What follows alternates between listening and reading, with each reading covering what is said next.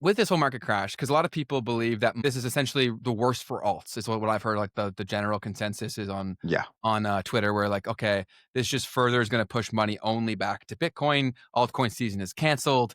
Yada yada yada yada. I would love to hear your 2 cents. I was going to text you about this, but I decided to save it for real time. So hit me with your thoughts on that.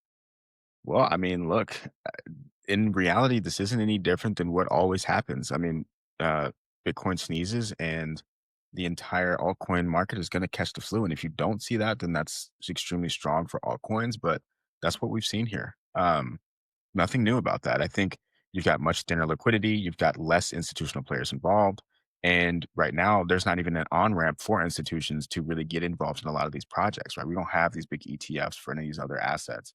And so, just way easier for capital to kind of manipulate those markets a lot further. I don't think that um, means anything. It's also the same way in the opposite direction, guys. Like, next thing you know, XRP flies up 300% like it did last year. Like, it's just kind of much more volatile. I'm just seeing some of the comments. Sorry.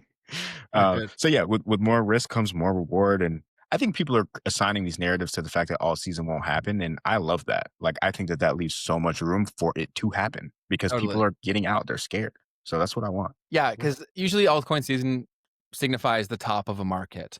When there's this much bearish energy, that's not synonymous with the top of a market. If anything, it's screaming the opposite, right? So I agree. I still think there's going to be an altcoin season. I also still think that it's going to be equally crazy to what we have seen previously, potentially even more so. I'm still holding on to that thesis. It may not age well, but I still think that's very likely to happen, in my opinion. I still think that there will be some crazy movement. And if anything, like you said before, how gambling goes up in times when people are at a place of scarcity. I think if anything, retail would love alts because of that nature. Yeah, man. I think I'm excited to see what happens one way or the other because it's like if altcoins do have their run up, I think it's going to be massive.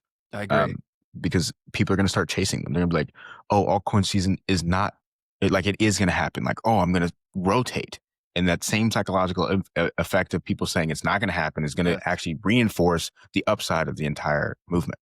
With this, like, there's so much going on behind the scenes in terms of getting this legislation sorted, and they are having a bit of a hiccup in terms of moving it along. I believe it was the Democratic Party that is giving them a bit of an issue with getting things passed to basically make crypto more free flowing. But you got to give credit where credit is due. The government is actually involving people that know what they're talking about, right? Like the people from Chainlink are there talking to these people. The people from Cardano are there. Like the people from the major projects that could build the infrastructure are having the conversations, and that's massive because as soon as the rules are built, like things will change really quickly because even these massive institutions, they've wanted to incorporate technology. Like case in point, right? We all are complaining about how major corporations, they want to make more money, they want to increase profits, right? They want to increase productivity. This technology gives them all of that like this. Right? So if you think that they're not gonna all take advantage of it, you're insane. Like, I actually also saw that, most of the major banks have already openly said they're going to issue their own stable coins too, which I think that'll be very interesting to see how that impacts the current major winners of that, the stable coins. Yes, this right here is something that's super interesting to see happening. And with these banks kind of launching their own stable coins, whether or not they're actually going to use their own infrastructure to do this or not, or, Mm, like JP Morgan, for instance, has been like using private forms of Ethereum for quite some time to build out their JPM Quorum and other things that they've launched.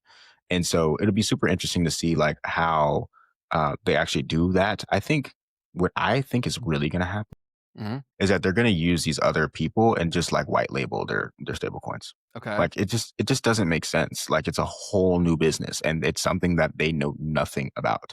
And so, I mean, listen, they might know a little bit about how to, hold treasuries on their balance sheet.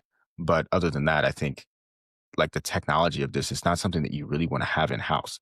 So I think what it'll actually Why do be you is a say lot of that? white labeling. Why do you think that they wouldn't want the technology in-house? Do you think it's just too much? It's just too much. It's just too much risk. It's too much, manpower. It's like they could do it, don't get me wrong, but it's like, why wouldn't you just let the best do what they're the best at? It's same Yeah. thing with like custody. They're Like, 10 years ahead. yeah, like all the venture capital money has flown into that space and they've Yes. built out like hundreds of millions of dollars worth of infrastructure. It's like just They've made the mistakes pay you'll the probably fees. make. Yeah, yeah, yeah. And, Yeah.